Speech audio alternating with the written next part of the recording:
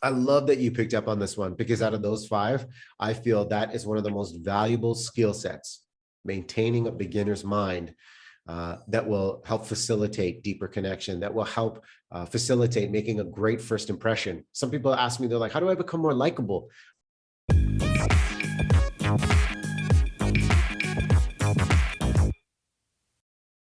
Welcome back to another episode of the Being Yourself Show, where world's renowned thought leaders and best-selling authors share their wisdom and insight to help you be a better version of yourself. If you're new to this channel, then do consider subscribing for your regular dose of knowledge and inspiration. I'm your host, Ajay, and my guest today is an author, a globally sought-after speaker, and a broadcaster with nearly 2 decades of TV broadcasting and hosting experience. He has hosted with CTV in Canada, MTV, International Film Festival, and TEDx, just to name a few events. His insights have been published in Fast Company, Harvard Business Review, and Financial Post. Without further delay, let's welcome and learn more about how to make every conversation count by the author himself, Riaz Meghji. Riaz, welcome to the show, sir. Bam, AJ, thank you so much, man. It's great to be here with you.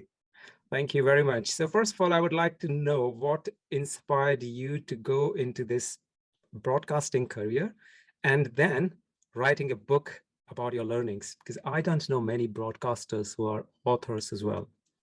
I guess it really comes down to two defining chapters in life. Back in the early 2000s, maybe it was 2001. I'm going to my final semester of business school here in Vancouver, British Columbia, where I am right now, and following the path my dad always wanted me to do. Finance major, one day get your MBA, and then realizing through conferences and events, I had this passion for presenting and engaging an audience. And in my final semester at Simon Fraser University, I was at a conference in Quebec City here in Canada, and the co-chair of that conference, his name's Lotfi, he was sitting in on some of my sessions on stage. And he pulled me aside after the conference and he said, hey, man, listen, I don't think you should go into business. And, coming from a South Asian family, there's a plan, right? You either like doctor, lawyer, business, dentist, there's traditional career paths you got to follow. And he said, I see something that you have to offer on stage. I don't think you should do this. I think you should take a year of your life and see what is possible.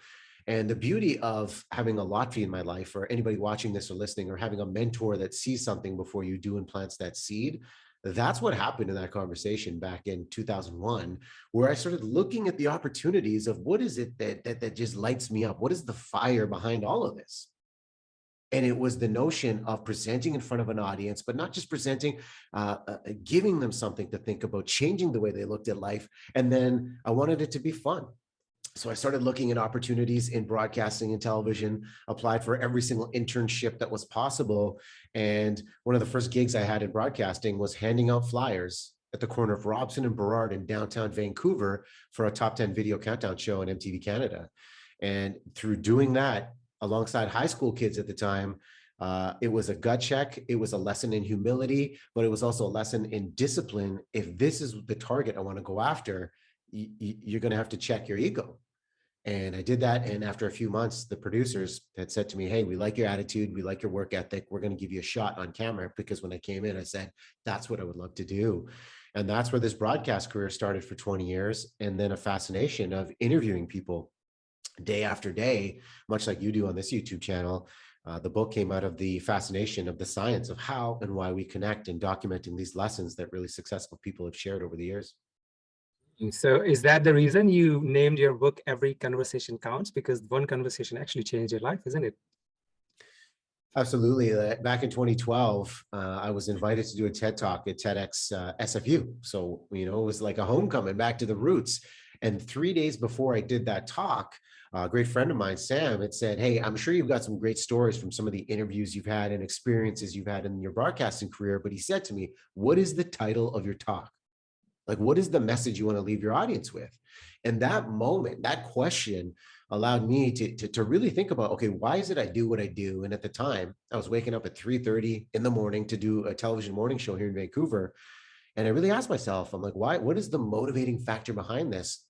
And it came down to those 3 words, that mantra, that every conversation counts, that at any given moment, somebody could place an idea, a seed, much like Lockheed did at the beginning of my career, that could shift the trajectory of my life.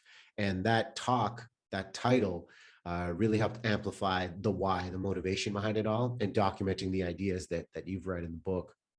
Yeah, I think I really can connect with that because I had similar sort of situation, although I have not written my book yet. But I was just thinking, I have so many things to share with people, but what is that one thing that I want people to get from me, from my experience? And that exercise in itself is really rewarding. I don't know, whoever is listening and they're thinking that, okay, they want to write about something, they want to find their niche or something like that. So it's worth talking to people because people will know more about us than, what do they come to us for example. So that's really, really interesting thing there. So let's come back to the book, Riaz. Yes.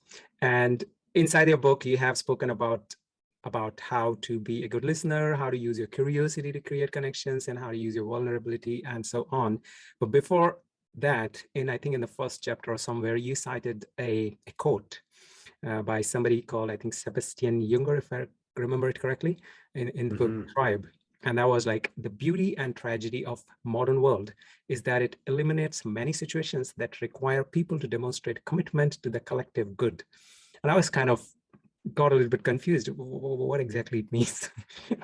I wanted to know your insight on that because I found that line really interesting.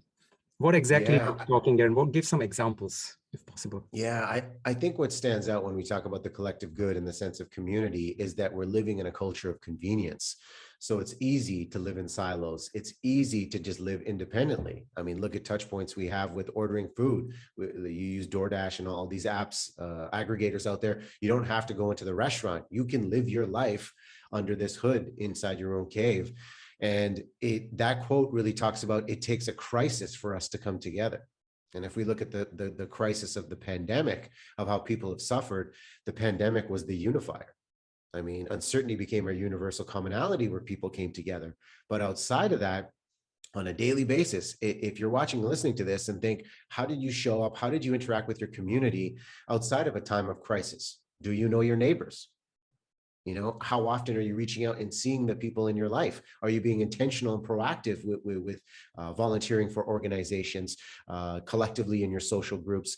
And that's why loneliness is a big factor, in this challenge that we've all experienced, because loneliness has been this issue that very few people talked about, but we felt it at our core, because the science of how and why we connect, I mean, the need for human connection, it sends the same signals to our brain as thirst and hunger. And I think people didn't necessarily think about that. I think we may have taken it for granted of the opportunities we had to reach out, support, connect, lift people up.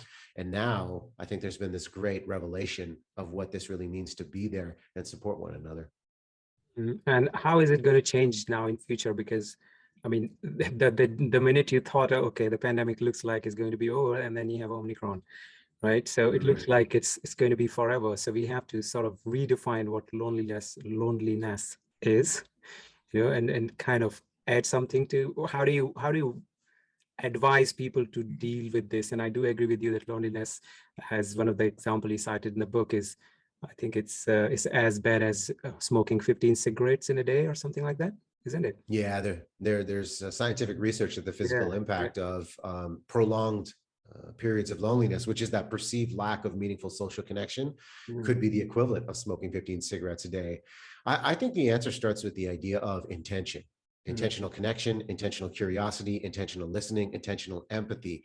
And we talk a lot about cultures of inclusion right now. That is a really hot topic, not just with companies, but with all of us, to have a sense of belonging.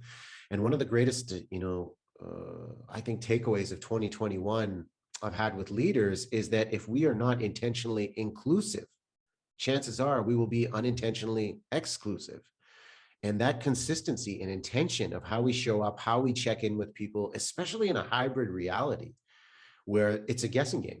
Communication can be ambiguous if we don't have enough of it. And for example, if we have somebody that was onboarded remotely and they haven't met their people in person. I had a leader say to me, I don't even know how tall my teammates are. I haven't met them in person. That is such a real observation of this hybrid reality we've been living through in the pandemic. I think the consistency of how we communicate is going to be key to combat loneliness, isolation, and help serve this collective good in our cultures. Maybe, I mean, I personally I haven't seen some of my colleagues who I've been working with for a year and a half because they joined in pandemic. And That's maybe, hard. Like, yeah, how do you handle that? How does that feel for you when you haven't seen them? maybe did you see the videos of Meta from Facebook? It looks like he's going to create some sort of virtual offices where you can have people sitting around you. So I don't know how good that is going to be compared to the Yeah. real world. But yeah, we'll see. We'll see. Okay, so now coming to the main component about creating connection, and the first one, which really I found interesting, is listening. And the reason is that I recently have become a mental health ally, and in that they teach at my workplace. So they teach you how to talk to people who have some mental health issue, and the most important skill there is listening. In the workshops, I realized how bad of a listener I am, because the time person started talking in the one-to-one exercises, and I was like, started thinking, how to respond to it. What should be my advice to this person? What should be my judgment to this situation, right? So I realized that we are very bad listeners, and I'm just talking about me, but maybe other people's also more or less the same. Why are we so bad at listening? What is it that makes us so judgmental, so eager to give advice? What exactly is going wrong? Well, the first thing is I think we're too smart for our own good. And if we look at the neuroscience of how our brains work, our brains can absorb 400 to 500 words per minute. And the average person speaks at a rate of around 125 to 150 words per minute.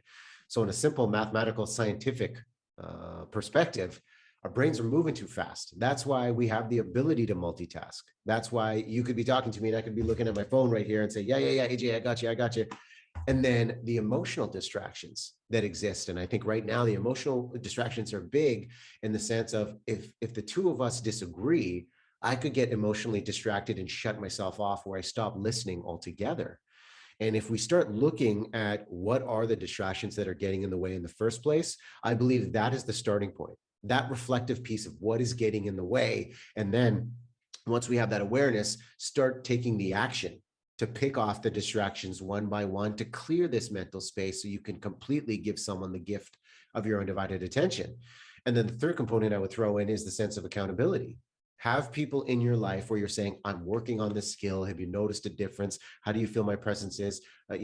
What else could I ask? How could I show up for you in more effective ways?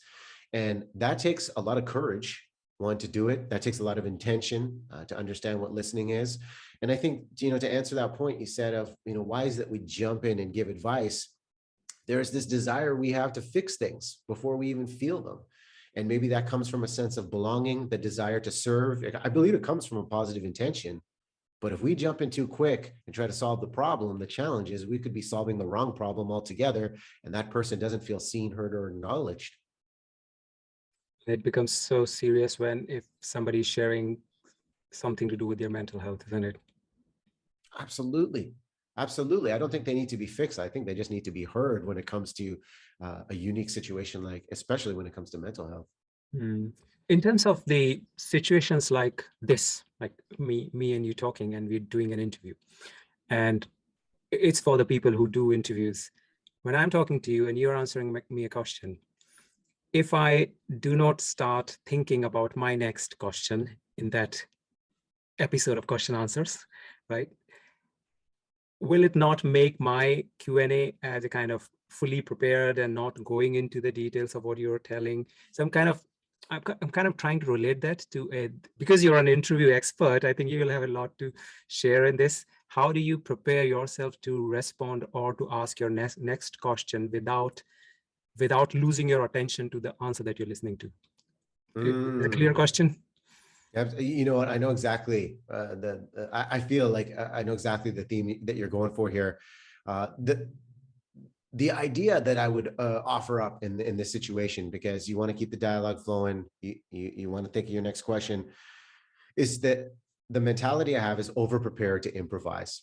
Like the biggest mistake I would make at the beginning of my career was that I would script out all the questions that I thought, were the most valuable questions in this dialogue.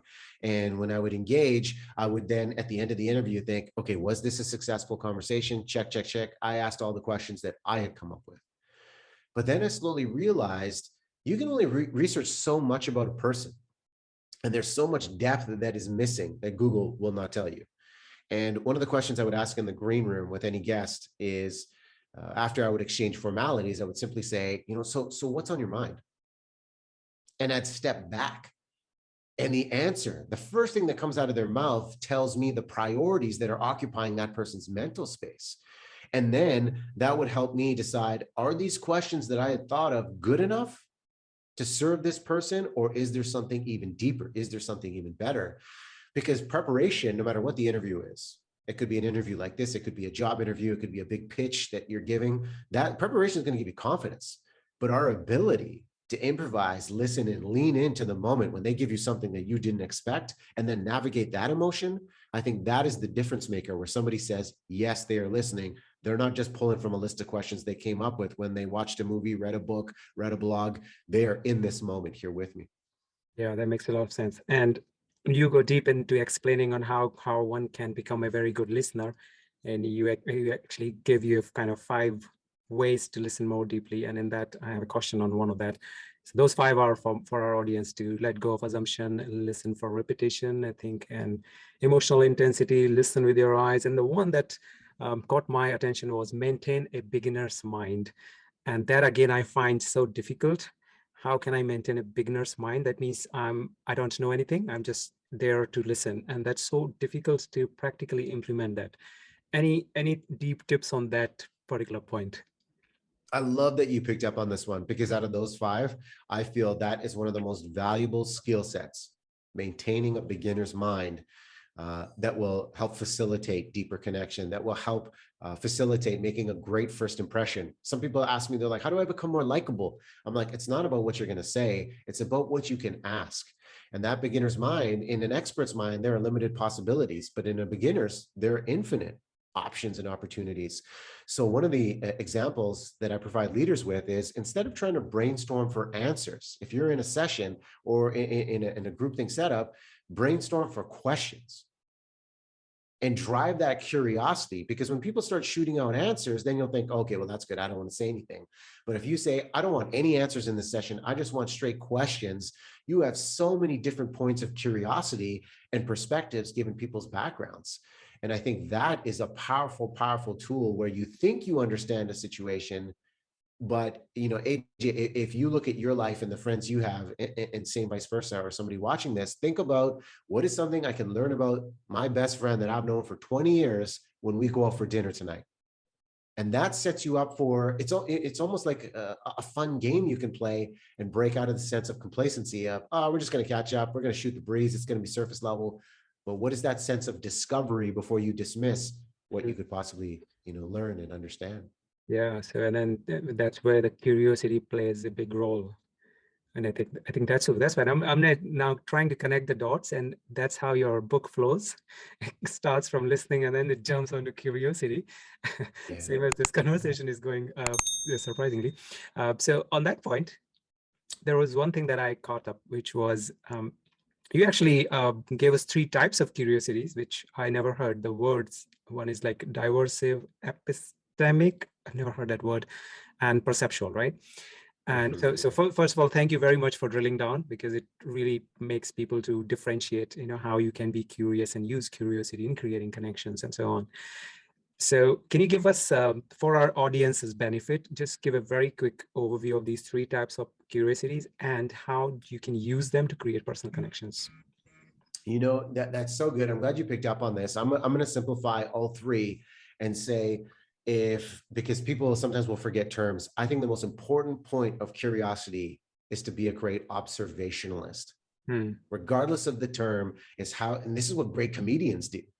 This is why they're so good at, when we're sitting back and you're watching them, they're like, yeah, you're speaking the truth, because they're paying attention to every single thing. And if it's perceptual curiosity, where you're picking up, this could be nonverbals. That I'll give you a piece of wisdom that was given to me in the past year that I thought was brilliant when it comes to curiosity, especially in virtual meetings and fatigue that happens. And one of my mentors said to me that gesture precedes conscious thought. And I thought, I'm like, that is so valuable. And this is why we struggle in Zoom, because we can't read body language like we used to.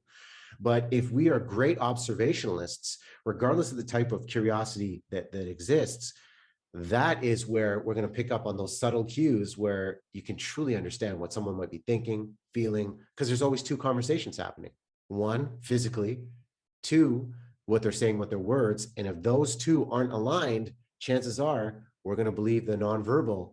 And that's where trust really comes in. Those two need to be aligned with the questions we're asking and trying to understand what someone's communicating. It's one of the exercises somebody did on stage. Is okay, now everybody please touch your chin, and then he did like this and everybody kind of touched their cheek. So totally it's kind of cognitive dissonance, they call it, isn't it? Mm-hmm. You go more onto the verbal, not body language, and then you listen. Interesting. So true. So about curiosity, when you look at kids, like you have Nico and I have a 4-year-old, we look at them and they are so curious, always keep asking questions and on and on. And then when we grow up, we kind of lose that skill, right? In learning other things. Where does that transformation happens? Like you were like curious kid to a not at all curious, somebody who is now reading books to learn how to be curious. As a parent, I ask myself that same question when I look at Nico, and I love him. Sometimes he has a lot of questions, but like the simple joys of experiencing things for the first time, I love to see it. And perhaps there's a sense of familiarity that happens, that the older we get, the fewer firsts we experience, so we can place judgments or assumptions of, oh, that's the way it's going to go. So then we become complacent with our sense of curiosity. But when there's a sense of newness at this young age, I think that's what drives the curiosity. Everybody talks about new normal. One of the things that I think is, if we want to ignite and continue on our sense of curiosity, how can we schedule newness in our schedule? Whether that's meeting somebody on an interview like this, reading a new book, taking a new course, having a new experience. That's what's going to drive those feelings of, I never knew that. Oh, I didn't know I was capable of that. And that's what we see in children, because everything is new. So I think it's on us, and I come back to this word intention, to continue to create these new avenues for exploration, to continue to light up our brain of, there's still so much to learn and so much to experience. So let's say, I mean, you have, I don't know the number, but you have definitely interviewed hundreds of people. Can you share some examples, or maybe one example, wherein the guest, whoever you were talking to, created so much curiosity in you that you wanted to get more? And then how did that impact your life? Anything that comes to mind? Yeah, there was an interview I really wanted to do. The late thought leader, Wayne Dyer, he was in Vancouver. He was like a thought leader for a generation, and he rarely did interviews. But when I saw he was speaking at an event, we chased him. Chase producing, didn't literally stalk him because that would be weird. But he agreed. His team agreed to come on the show.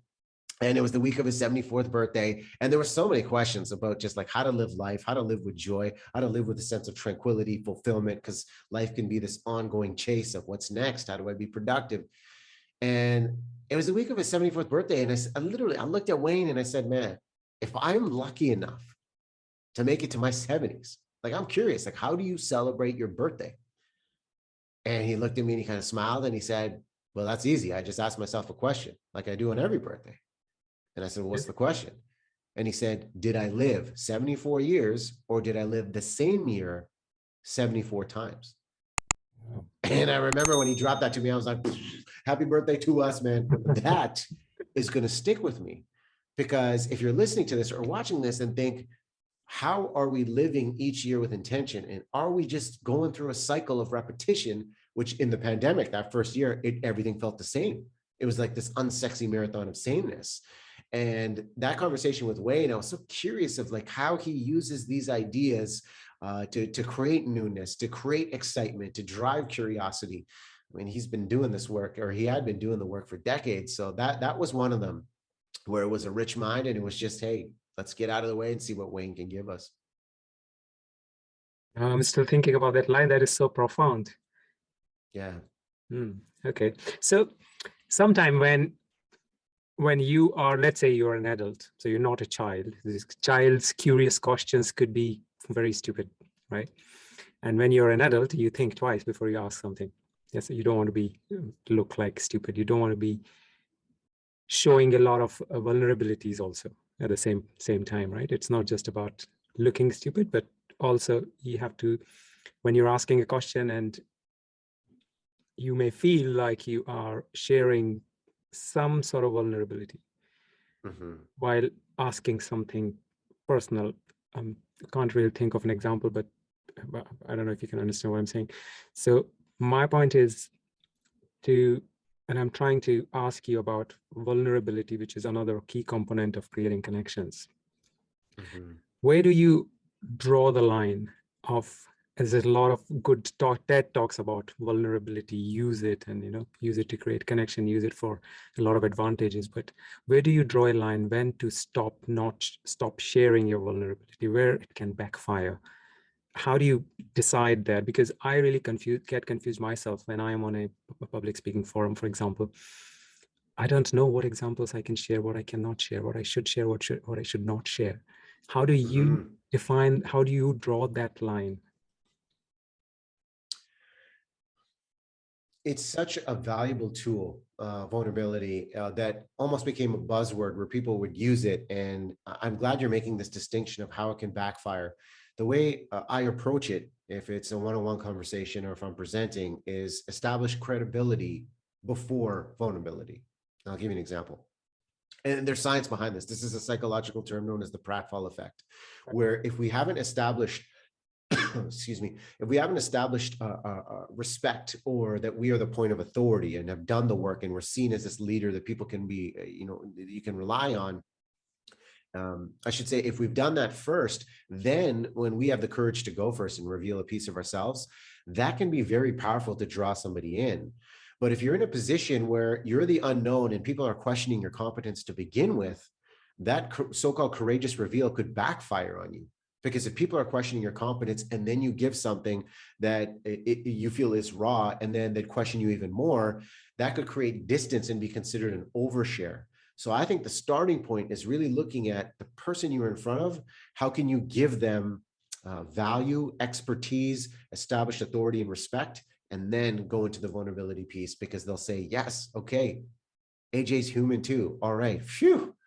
And then they'll feel like they can do the same. And then you create a safe space where other people can share the exact same thing. That doesn't really, it's a good advice, first of all. It sounds really great. But I'm just thinking of my examples, which I have seen, how I have heard a lot of people doing public speaking, and they tell about what's not going well. Like they share their vulnerability first, and then they tell how they dealt with the situation and came out as a hero. And that also kind of works, doesn't it? I mean, absolutely. Yeah, I mean, this pratfall thing that you've just shared, that's making me think, does it really always work? Yeah, if we're looking at the example of a speaker, and that's a great point, if they're going on stage, and I mean, look at some of the big TED speakers out there, if they're taking the stage, you've already established the respect and authority if you've been given the honor of speaking on stage. So if you're doing that and opening with that piece that already is the great reveal, the audience unconsciously has accepted this is an expert on this stage. They have gone through the process to be able to be in front of me to speak. So that's powerful. The pratfall effect, I think, really applies more when it's one-on-one settings or in the group meetings where there's a sense of unfamiliarity. And that's where it's really important to do that work beforehand to establish that point of respect in the room. That makes sense. So you can do either depending on the situation, really. Yeah, I think it's context specific. It's an important distinction you're making, where if you're an invited speaker, there's a different perception immediately when you start talking, as opposed to, hey, there's somebody new in the room, there's somebody new on the team, and you know nothing about them. Yeah, that's interesting. Okay, there's one thing I wanted to ask you, Riaz, which was, if you are given a chance to relive your professional life, right, what would you change? Oh, wow. No one's asked me this one. What would I change? I think it would be to be more courageous and lean into the message, this message of every conversation counts, in bigger ways much earlier. And the amount of unlearning I've done in the past couple of years, and I'll give you the example here. So for 20 years, I worked for somebody. I worked for a network. And I thought, that is the only way to do this, to get the message out. Yet the unlearning and understanding this arena we're in now, especially in the virtual world, you are the network, AJ. I am the network. If I am a content creator and put this out on, say you use YouTube, I use YouTube, that's how you can create your engagement with your audience. You don't have to rely on somebody else. So if there's one thing I would change, is create more, create earlier, and lean into this message in much bigger ways earlier on in my career. Create more, create earlier. And many people just don't realize the power of being productive. And what you have just said, that create, you said like the same word 3 times. Because 99.5% of people are actually consumers in the world, right? Not many creators, even after you have YouTube, isn't it? It's so true. So true. I mean, I've talked about the word intention. You've nailed it here. Consistency is another pillar. No matter what you do, if this is your message for people to be better versions of themselves, and you're showing up here every week giving them great content, it's going to become a habit for them. They're going to trust you as their curator for this great content, and then they're going to keep coming back and back and back. But that requires you to show up on the regular. That requires me to show up on the regular as well. Taking regular, consistent action. That's important. Create. I really want people who are listening to this is, Nike, you just do it. There are a lot of people just keep thinking, I'll do it tomorrow, kind of procrastinating on it. Just create. Don't wait for perfection. Yeah. Thanks for sharing that, Riaz. It was really great. So one question I ask all my guests, which I would like to ask just in the interest of time. I mean, I might have many questions, but let's ask this one. What, according to you, are the top 3 skills or behaviors that you believe are key for your personal and professional success, but schools are not teaching? Well, you know what? Consistency will be one of them, because no matter what you choose to do, if you show up as a consistent creator and break through the noise of playing small in the beginning and clap for yourself, because that's hard when you launch a YouTube channel, for example, and you're like, man, I only got 20 views. What am I doing here? And then slowly watch the compound effect of consistency. It will change the game. So consistency, number 1. Humility. That is something that's never taught in schools. You're taught to learn as much as you can, compete, get the best grade. Yet we talked about having a beginner's mindset. I believe that humility, some of the most successful leaders that I have had the chance to interview and learn from are always taking notes, looking for that perspective that they might be missing, and they're open to the possibilities. And the other one is the power of intention. No matter what we choose to do, if you do it intentionally, as opposed to, I'll just try this. But if we act with intention, have a strategy, follow through, have the humility to learn from it if it fails, and still proceed, I think that's going to be extremely powerful no matter what direction you move. So intention, humility, and consistency probably are the 3 that stand out to me. The third one is interesting. I mean, the humility is one of the, I've interviewed more than 55 to 60 guests, and many of them said humility. The intention, is it asking your purpose or your why? Does that derive intention? That could be. That could be. That's actually interesting, because when I say intention, I'm walking into, I'll give you the example. If I'm walking into a networking event, or if I'm walking into, I get to present for a group, my intention is, what do I want this audience to think, feel, do, and clarify the gift, the value, the intentional value I can provide, as opposed to it being a guessing game. Hey, I'm going to present. I hope this goes well. And acting with intention is having conversations before, you present to this group, understanding what they need, because when we communicate or have the desire to connect, I truly believe you cannot influence, persuade, or change anybody's perspective unless you understand them first.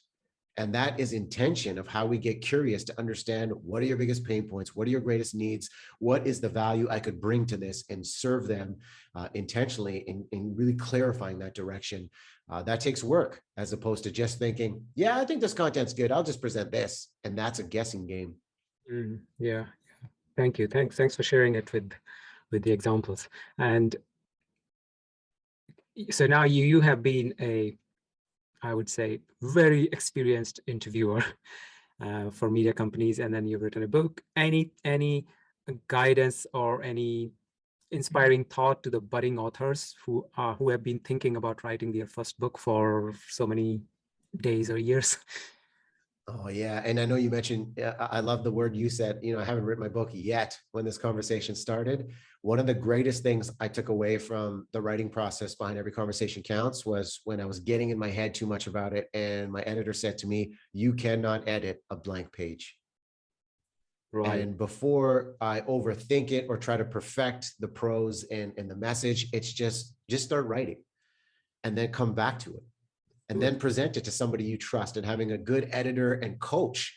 One of the other things that helped was every week I would write to the best of my ability, and then we'd have a writer's meeting, and having a great editor poke holes in what I had presented, because this was new territory for me. I'd never written a book before, and then leveling up the game. So it's one, I guess, having the humility in writing to be like, this isn't going to be perfect. We're going to have many versions. And then two, staying open to people you trust that are going to help level you up and introduce ideas you may not have thought of, and just being open to the possibilities. Yeah. Most importantly, just do it. Create. Just do it. Yeah. Just start. Just start. Great. Good. Thank you very much, Riaz, for sharing that. What next? What are you doing now after this book? Well, I'm doing a couple of things. Thanks for asking. I've really been focusing on the keynote speaking to share the message of meaningful human connection, which has been really rewarding for me. Mm-hmm. And in 2022, I'll be launching live cohorts of a program that I've been working on. I'll call the Magnetic Presenter. And sure, it's about the speaking art, but it's about connecting every time you speak. So the idea of how to structure your message, the art of storytelling, doubling down on engagement, virtual presentation choreography, impromptu speaking, but above all, finding the points of how you can connect. Because if you don't connect, your message, and it could be a great message, could be lost on an audience and they don't take action with it. So in 2022, the Magnetic Presenter is going to be a big focus to help level some leaders up. Awesome. And it will be on your website, right? Yep, it's on the website as well. And you can go to magneticpresenter.com. I'm so looking forward to it, because speaking and storytelling and body language is one of the most interesting thing that I find. And there are a lot of guests that I have brought on the channel. So really excited to see that.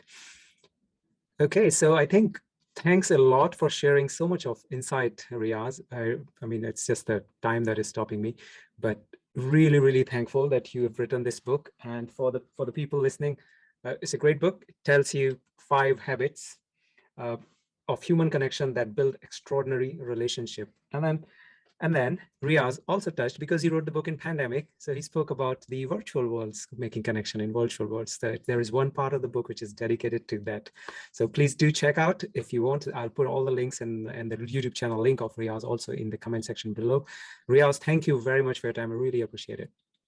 Awesome, AJ. Thanks for being, such a gracious host, and congrats, man, on what you're doing with this and helping level people up out there. Thank you. And guys, if you have found some value from this interview, and if you have not yet done so, then do not forget to hit the subscribe button and follow this channel so that click on that bell icon thing. For some reason, that only gives you the notification. I will see you again. Do it all. Hit the like, the bell, subscribe. Let's give AJ some love. Do all of that, yeah. And I'll see you again with such an interesting another guest very soon. Until then, you take care and keep learning.